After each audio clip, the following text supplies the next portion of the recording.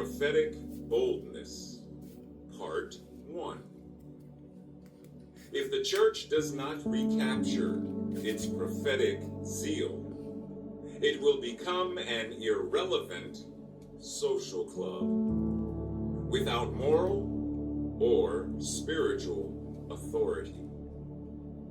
Reverend Dr. Martin Luther King, Jr.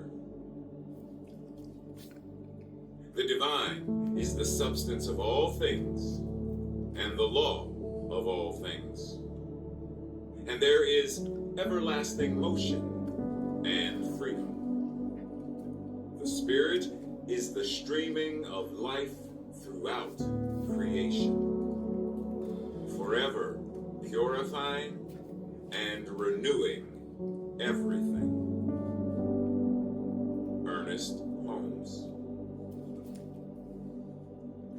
When I wrote the daily guides for February 2023, I shared the above quotes on February 24th's entry entitled Renewed Relevancy.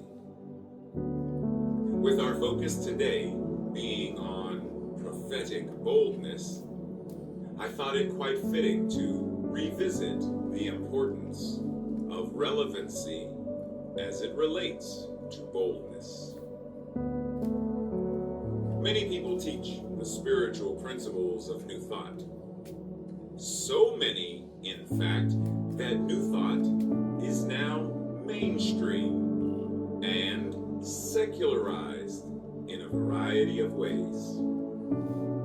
In some ways, this is great in that it offers people the practices and principles they need to live better lives. On the other hand, the secular approach is missing pieces, such as community relationships and the importance of working together to benefit the world, rather than focusing on parking spaces and green lights and more money for individuals.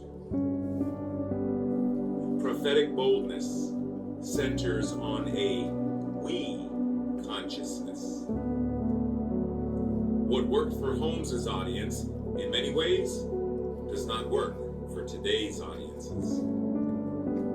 In a world where more and more people seek to decolonize, deconstruct, and reformulate a more intimate form of theology, the messages that resonated with the people of Holmes's era are not as resonant or relevant today. Prophetic boldness asks us to consider what a New Thought liberation theology calls us to be and to do. How are we called to be in partnerships with people and organizations? Continuing to exist in our silos and operate as if we are in competition with other New Thought groups is not bold or healthy or relevant to our vision.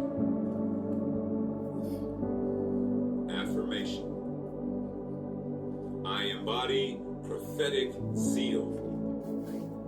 I am enthusiastically inspired by the fires of creation that bring our global visions to life.